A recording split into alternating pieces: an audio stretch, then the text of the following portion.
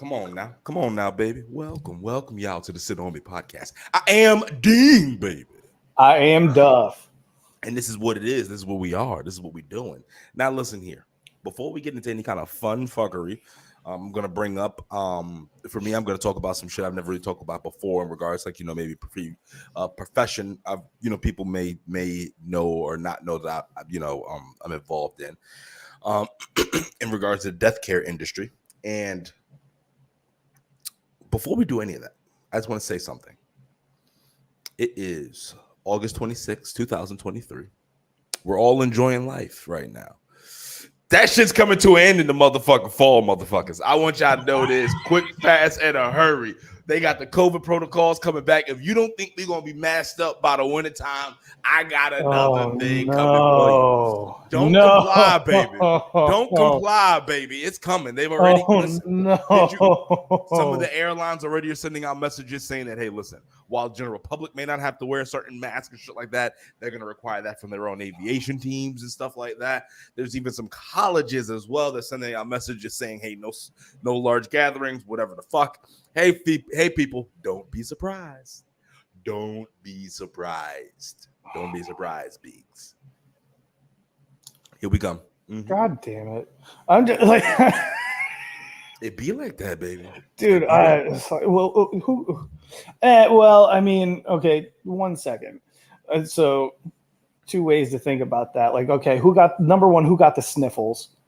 Like, it's the new variant, the new one. Oh, for fuck's sake, dude. Yeah, we're fucked. And this isn't the show to get into the perimeters, but yeah, I just want to let everyone know that, like, oh, you're having a good time and shit. It's not soon. Yeah.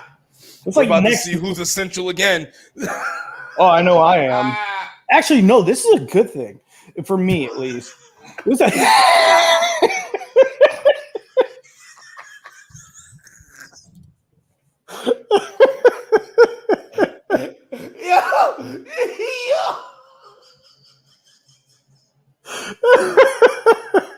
excitement on your face, bro. Like, actually, no.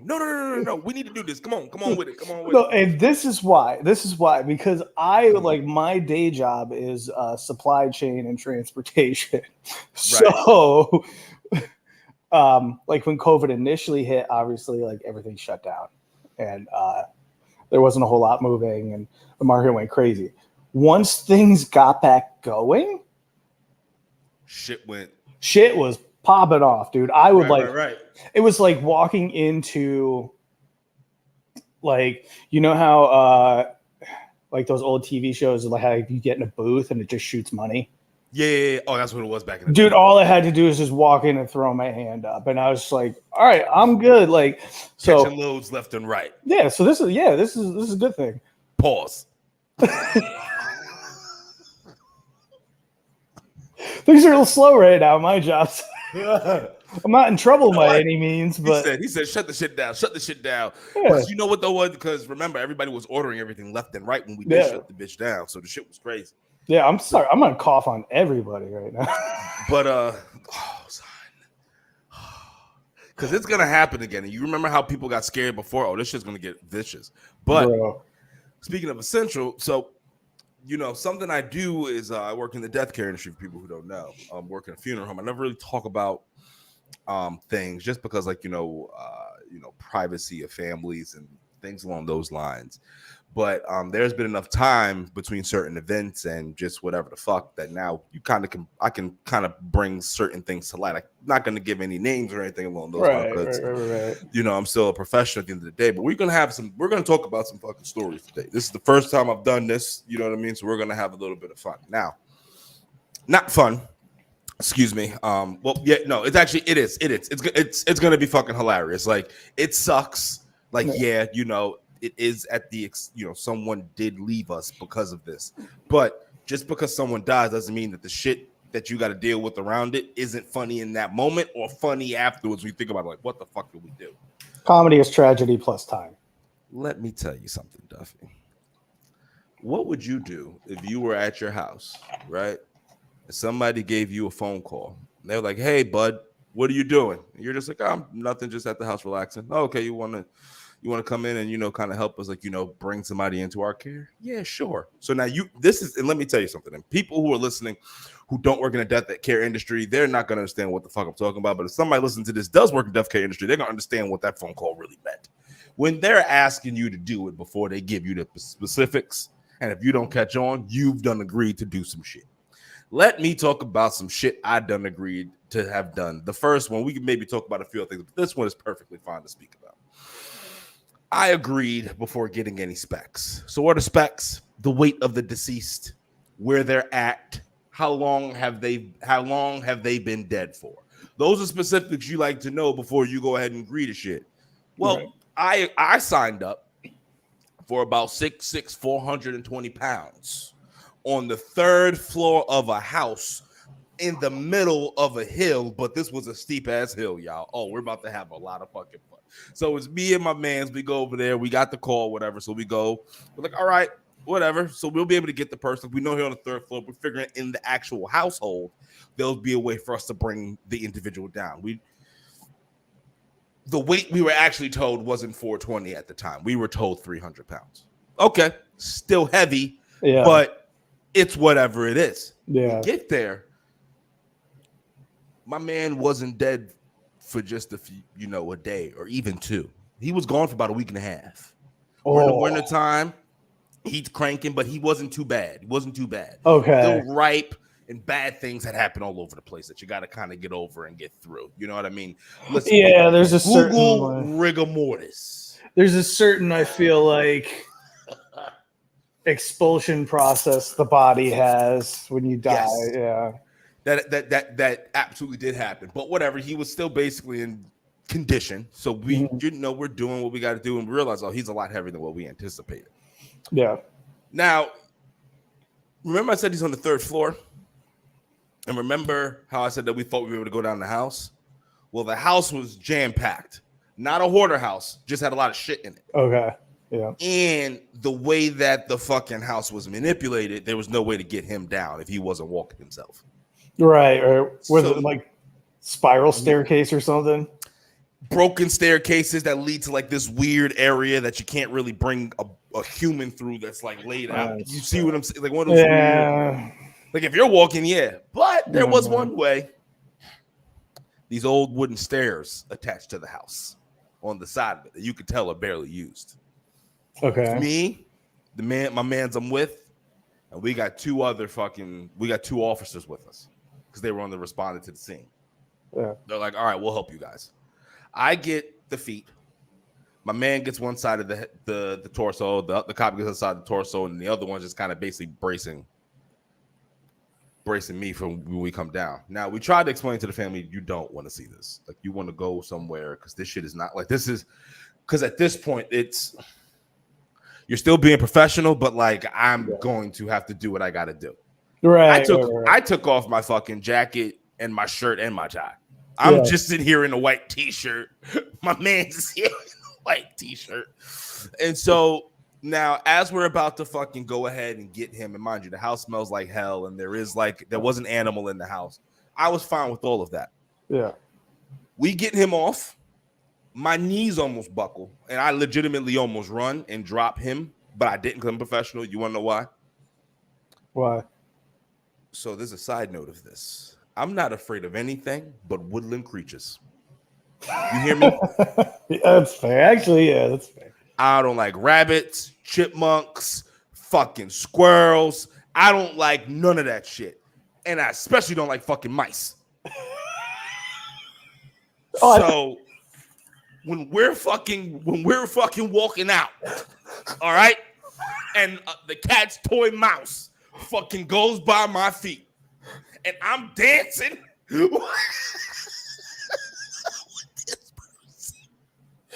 So you mean to tell me if I ever need to torture you, I just bring you to a pet store? Is what my fucking mind. If you put a hamster on me, I would fucking die. I would die. I would legitimately die. I wouldn't even know what the fuck to do, bro. I had him like I had the feet, and then the fucking shit like kind of went through my legs. I'm just like, holy whoa! And bro, the cop is like, "Are you okay, sir?" I was like, "I'm not. We gotta get out. We gotta get out now. And so my partner's like, he's like, this is what gets you the fake toy mouth. I was like, I don't fucking know. We gotta get out. We gotta get out. So now we're coming out, but the stairs are fucking starting to shake a little bit. And the issue is halfway down, they start losing our grip at the top, who has his torso, because that's where most of the weight's at. Yeah. We have to set him down again to kind of reset ourselves. And then you hear, and so then the cop is like, hey, boys, I don't think we got much time. We need to hurry the fuck up. And so we kind of had to slide him at that point because it was just nerve. We just like, we got to get the fuck down here. Slid him down, and then we were able to get him on the gurney and got into the truck. But yeah, that fucking little woodland creature. And then maybe later on, depending on how the episode's going, I'll tell you about another one where we picked a human up that was basically liquid. Mm-hmm. Oh God, dude. Yeah, that was good. That was good. Squirted right over my shoulder. Oh, strawberry smoothie, huh? Oh, let me tell you something.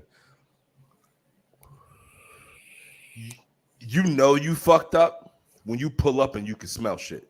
That's another one I agreed to and didn't have all the proper information. This is a problem with me with that shit. They be calling me, and if I'm in like a good mood, yeah, I'll go. And then you come to find out fucking like, yeah, bro. Like I actually had to throw out all those clothes when I went to get that one. That one because he didn't touch me when it squirted, but then when it over my shoulder, bro. Like I went to grab his hand, let's grab his arm actually, and went like this, and yeah. Because the whole thing at that point is so decomposed. Oh God, yeah. When we walked in, we were able to see I see his foot, but it had like a bone showing through. Yeah. Oh, dude, I don't think I can do that, especially with like the first guy, like the first person you were talking about, because I'd be like, I'd be the first one walking in. It's like, we don't need a coroner. We know what the cause of death was. Well, see, that's the thing. When we get called. So when we come on the scene to take somebody into our care, the coroner has already been there. Oh, okay. Yeah, we don't come. Yeah. Coroner was already there. That's why he was released. And a lot of times, if it's bad, but they don't need to go do an autopsy for him, they would rather give him to the funeral home to make the individual my problem at them. Okay. Because now they don't got to worry about doing a removal or anything like that. Now it's on me, which fucking sucks. Yeah. Like it sucks sometimes. That must be the easiest job though. Like when you see somebody that size as a coroner, you walk in. Yo, let's talk about that for a second, bro. These coroners ain't shit, bro. And let me tell you why. You want to know why? I'm gonna break it down to you. Because it's an elected position. So these motherfuckers don't even have like you Duffy, the county you live in could run to be the coroner right now. Really? Right now with the experience you have. You'd fucking become the coroner. You may have to take some bullshit 8-hour fucking 16-hour course. Okay. But these motherfuckers is foul, bro. Like they don't be knowing half the time. That's I was gonna say. Like my speech, if I had because you have to run for it, I'd be like, hey, I feel like I'd be a really good coroner. I've been living for 33 years. I could tell if I wasn't living, so I feel like I do a good job. Bro, let me tell you something. If you die and you have any kind of decent underlying condition, oh yeah, fuck it. That's what caused it. Yeah. They'll just call your doctor up. Like, bro, they'll just call the doctor and it's like, hey, do you believe that this fucker died from this? We found him like this. All right, cool, bet. Put it on the death certificate. Dude, will you sign it? Bro, son. Dude, I know what I would bro. These coroners are the devil. They're the devil. I don't care what no one says, bro. I would have so much fun. Like, don't get me wrong. Like, obviously, if it's like, glaring, then obviously people like shot. Like, if you have like a young person who like randomly died or whatever the case may be. But let me tell you something. These motherfuckers who've been in these marriages for a very long fucking time, and their spouse may got a little high blood pressure or a little something like that, whatever the fucking case may be. They go ahead and fuck up somebody's medicine if they want to, and then they just like, I died of a fucking heart attack. They're just and then don't be a little fat. Yeah, dude, that's what I'm saying. Like if like that first guy, if I was the coroner for the first guy you were talking about, I would still be there when you guys got there. Mm-hmm. They never are for the most part. Oh, I would be just so sometimes I could come outside and be like, guys, there was a murder here. I think the suspects I would point to most likely are Burger King, Popeyes, and McDonald's. Bro, that. I mean, it sounds bad, but like, dude, it's the truth. But then, bro, let me tell you something. You've never seen fuckery until you look at a death certificate and it says failure to thrive. Yeah, dude, come on. I'm dead ass. Come on. They will put on a 90-year-old person's death certificate just failure to thrive. They just stop living.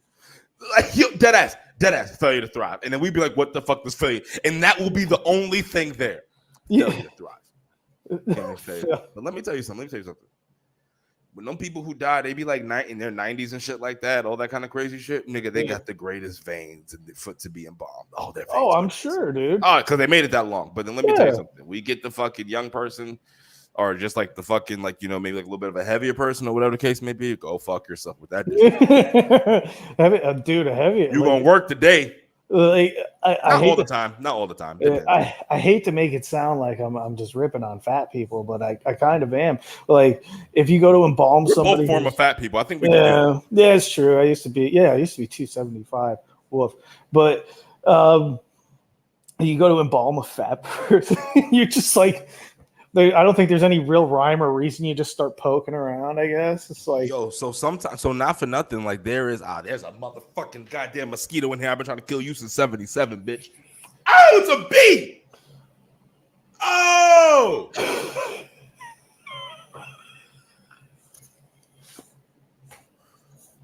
Oh, it's great. Oh, it's great. The Justice Alert bees. Oh shit. Hold on. And you know that they said that you could pause fucking the goddamn thingy thing, but the issue is that I got these shorts on, but I don't have, like, I'm going commando, but they have an opening, so I don't want to get up just in case. Just in case Big Papa come out. Is that what you call it? Yeah, yo, say Big Papa come out, turn this whole thing black, like whoo. Whole room turn black. Ain't that what Bernie Mac said?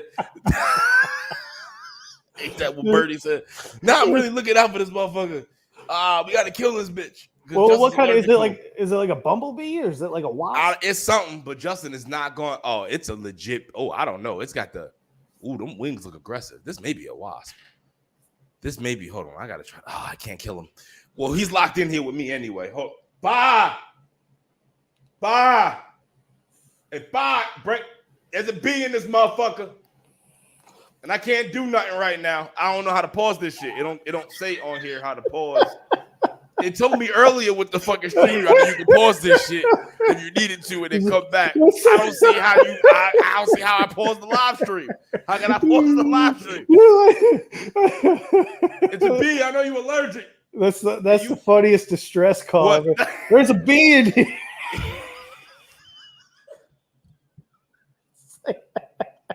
That's so like. It's like, hey, like the kitchen's flooding, or like, hey, there's a fire. Yo, there's a bee in here. You know, I can't kill him. Oh shit, yo, you gonna violate me in my face? Come here, homie.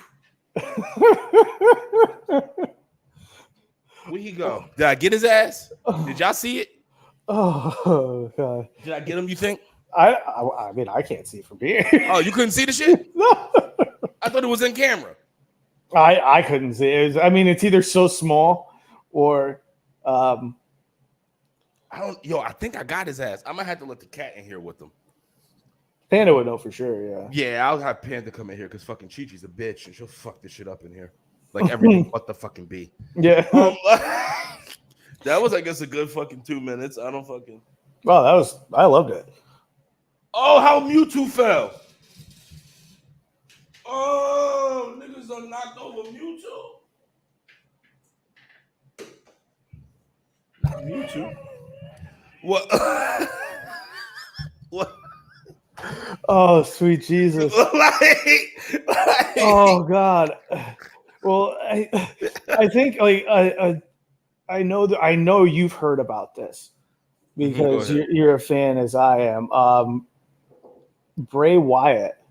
Yo, I think I killed it, Pa. Yeah, what? You got something? Oh, you got it. I hit it. Yeah. I slapped the shit out of it with this shoe. Let that motherfucker show back up today. Come on back in here. Come on. I'm gonna foam that nigga, bro.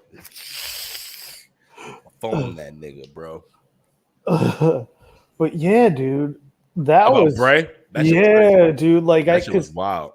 Terry Funk died the day before, and then Bray Wyatt comes and steals his thunder. It's the fucked up thing. Yeah, like, I know people are gonna be mad. What the fuck kind of? I know. It was. Hey, I work in the death care industry. This is the kind of shit that happens. Yeah, but you know what I mean. Now you got it. You got to laugh before you know what I mean. Otherwise, you'll fucking cry. But yeah. All jokes aside, the shit with Terry, he was older. You knew he was kind of like fucked up and everything like that. Yeah. So not to say that it was like no, but you knew like he was like in a nursing home and stuff too. So yeah, kind of was like, you know what I mean. But this shit with Bray was like a fucking like a gut punch. It's like one, he was only 36. Yeah. Two, we knew that he had some kind of injury that he was trying to come back from. You know, life waits for none of us. That's why you have to legitimately live it or do what the fuck you want every single day because you don't know when it's going to be your last. Not to be as corny as that sounds, but then not for nothing too. Though. He was only here for 36 years, and I'm not saying that, you know, that's it. Like, you know, whatever the case may be, because obviously there's a lot of life that he had left out here on the table. Unfortunately, you know, he's got 4 kids. You know, that sucks. They're not going to be able to have their dad there in their life, especially in their most pivotal moments. So not take me trying to say what I'm about to say next as anything saying that he should, like, you know, whatever the case. Like, no, he should still be here, and it sucks. But the 36 years that he's fucking lived have been those 36 years, my man did not fucking sit here and just do nothing. Like, he was impactful in each and every moment, each and every aspect and portion of his life. Let it be from him when he was playing football, then he got into the wrestling and then the metamorphism, let it be from Husky Harris into the different iterations and variations of Bray Wyatt. So once again, people, mourn the man. Mourn the character, absolutely, but let's not fucking get it twisted. He may have only been here for 36 short years, but them were 36 impactful years, and there will be people who died today, tomorrow, 10, 15, 20, 30, 40, 50 years from now who may die who have lived double the life in regards to age-wise. Then that man, maybe even triple, who fucking know, like not triple, but you know what I mean? Like, may get into their 80s, their 90s, 100s, maybe even the 110s because of technology. They'll get there and won't have accomplished 1% of 1% of what that man has accomplished, and will not have touched the individuals that he has touched and the inspiration that he has guided and has caused. Because there will be some future wrestlers who will be able to point back and say, "Oh, Bray Wyatt got me to think about and do this in this aspect," or he got me and want to do this, or I watched this, like he was an inspiration. No matter what you want to say. And you know, the internet wasn't always kind to Bray. They were not, but wrestling fans never really are. Wrestling fans are some of the most fickle individuals you'll ever meet outside of politicians. But from what you saw, you know, on that SmackDown that they had recorded yesterday, he may not be here, but looks like Bray Wyatt still got the whole wild world in his hands. Rest in peace, my brother. At least that's all I have to say on that. What about you? Well, dude, like, I mean, I think about him and Terry Funk because I remember like watching WCW and the Funker. Yeah, dude, this was like 1999. Terry Funk was in the industry for like what 30 years at that time, and he was old. And I just remember him doing hardcore matches then. And I remember one match specifically. I forget who he was wrestling, but they had like a garbage can lid, and they just kept hitting him with it over the head. And he was just was it him and Mick Foley? I don't think it was Mick because this was in WCW at the time, and Mick was in WWE. Oh, he was at the time. Right, I got you. Yeah, and I just remember everybody's like, Terry Funk is so tough. Terry Funk is this Terry, and I like then Funker. Yeah, and then I looked back on it and I did some research. I was like, oh wow, okay, this motherfucker has been around for a minute, and like it's just a fucking legend. And I'm surprised it took so long for him to get inducted into the Hall of Fame. Yeah, he got inducted in like 2009. Well, you want to know why? Well, because he wasn't a WWF like made talent. You know what I mean? Like, no, and this is no disrespect to what I'm about to say to Terry. Terry made his stardom outside of WWF. He didn't become a star in the WWF. You know what I mean? So, and then he became one of the, like, he was part of the, like, a bought entity of the WWF. Bro. Yeah, because even that, right? Because like Terry, there used to be like when Terry Funk was coming up, right? Mm-hmm. That's when they had the territories. So every place, Texas had a territory, fucking like the Northeast had territories, like certain states would have territories or whatever the fuck it is. Mm-hmm. That's the gauntlet that he's used to, running. That's why like him and Mick Foley are such close friends, because not only are they kindred spirits, but they went around basically not only the United States but the world doing the same fucking program. Because back then, what they were watching in Kentucky was not what they watched in the Northeast. Yeah. So by the time that we got it, it was fresh to us, even though they've already done this 4 different times in different territories. Because you could back then, because of the way news travel. Nowadays, they'd be dead in the water, because once you do it once, it's over, because everybody can see it everywhere. Yeah, the internet. And Terry, I mean, even looking back on some of the stuff with Terry and his different like characters or like reincarnations of himself, I think was really cool. But with Bray Wyatt, that was interesting to like say interesting, but it really put things into perspective for me, because I'm 33. Like, when I was a freshman in high school, he would have been a senior, and he would have had a career in my eyes like Chris Jericho has. Like, Chris Jericho has reincarnated his character over and over again into something different. Mm-hmm. It's always stuck. And he was doing that. Bray Wyatt was doing that. It started out with like the Wyatt family, and then the Fiend, and then the latest, like still different versions of Bray, but and he's done it different. Like I know what you mean. He's done he's done a few different character changes, depending on what was needed. Yeah, and just like the public speaker he was. Yeah, man. Like I love you people with everything in me. Like he was fucking great. That cadence he had, I can't do it. But it was unbelievable to watch, because I remember even when he was like first started, he was like full on heel. I was like, I don't like this guy, but God, what a public speaker, And everybody loved him in the locker. Oh, he was an amazing man, who left an amazing, career behind. Not behind, but you know what I mean? Like in his wake, like his legacy. His legacy is all right. Like that's what I'm saying. Like even in the short amount of time that he was here, he fucking did it. Yeah. He fucking did it. Like the only thing he didn't maximize out in life is being there for his family. Yeah. But the other stuff outside of that, he fucking maximized it. And I guarantee you his family is still, they have love and admiration for who Wyndham is. But, obviously that's the only thing that was left on the table, is that he just wasn't with his family for as long as he should have been. But and then the family even said that he died from a heart attack caused from complications of fucking COVID. Yeah. So then we, was talking about earlier, like that's going to start kind of full circle. Yeah. You see what I mean? It's starting that it's, that those protocols are going to be coming into place, man, pretty soon. Again, it's like, this shit isn't. We're in a weird fucking time, but rest in peace to Bray Wyatt, and God bless him and his family. I just hope that they're a close family, and I hope that they're looking out for each other. And that his kids are able to be cool and looked after and shit like that. But that fucking blows donkey dick. Even him and Terry Funk, both incredible performers. Incredible performers, and it sucks. And I don't want people to think that I'm just like kind of like not going crazy for like the RIP on Terry, but he was a little bit of an older gentleman. He was a little bit sick, so that wasn't as much of a blindside hit. Fucking hear that Bray Wyatt died, and once again, even work in the death care industry, that is stuff that I see. You know what I mean? Like I see that. Yeah. Still doesn't make it any. It still fucking sucks regardless of how many times I see it and how many times I'm gonna see it. Yeah. Fucking absolutely. Sucks. I do have a good pivot point, though. Sure. Completely different direction. I found a lane on Instagram that I am completely in love with.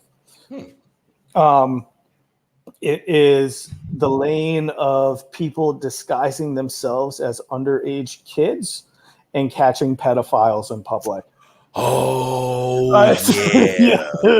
That is yo. I think I saw one on like Reddit or Twitter where it was like this 64-year-old guy was on there talking. He was being super creepy too. Yeah. He was like, "Hello, beautiful. How are you doing today?" Yeah, it's like she was like, "I'm fine." Oh, well, how old are you? Oh, I'm 15. Oh, okay. Little old, but you know. Like, no, he was rolling with. He's like, "That's fine. Like, you want to do some stuff online right now?" And then it just turned into this other guy who then comes on and he's like, "You fucking creep piece of motherfucker." Yeah. And then the guy just goes, "Goodbye." And then just says, and then he exits out of the chat. It's not funny, but I love the fact that they're fucking out here putting these motherfuckers on. I think it is funny because like if you're gonna go out there and victimize kids, you're a scumbag. Yeah, you should be victimized. You should be shamed. Like it's essentially I know what place they are. Yeah. what that channel is essentially the same thing as like in medieval times when you're an adulterer or something like that. Yeah. Yeah, they make you like walk through the public. There was a scene of it in Game of Thrones. They made her walk through the streets naked. Yeah. Everybody threw the king's mother. Yeah. Yep. Who was also his aunt technically. Yeah. Yeah. Nasty bitch. One nice tightly knit happy family there. Oh my god, legitimately. And then she just kept fucking her brother because she's disgusting. Yeah, it's fucking gross. Why? But like I just love seeing some of that stuff. Like I saw one right before we came on, started recording, and what the dude is like tries to meet in Walmart, and it's these dudes from Atlanta. Yeah. He called his wife. And he's like, "Yeah, I got caught doing some bad things. I was trying to meet up, and I shouldn't have." Let me see. And they're just like, and they follow him out. They're like, "Yo, you're nasty. You're nasty." And the guy tries to get in his car and leave, but he forgets that those guys took his keys. So he's just gonna sit there. Oh, what is it called? I'll pull up the channel name. Was it Catchers? The one I was watching was different. Let's see. It's SHUAMUNDY.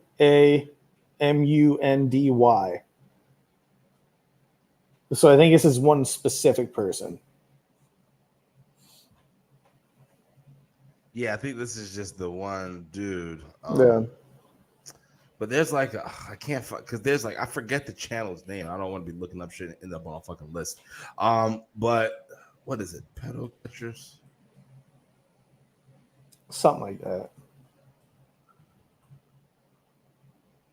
Pedo Catchers official. Hold on. So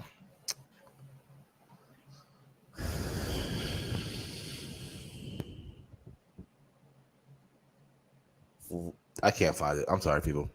I can't find it. I can't find the fucking. Oh, I Show Speed. No, that's fucking the fucking Speed guy. Never mind. I don't know. I'm sorry. I was trying to look for it. Sorry about that, people. You said you found it on Twitter? No, this is Instagram. Ah, that's why I was on the Twitter machine. Yeah, I love Instagram. I'm more of a Twitter kind of guy, personally. Yeah. I'll just sit and watch reels all day.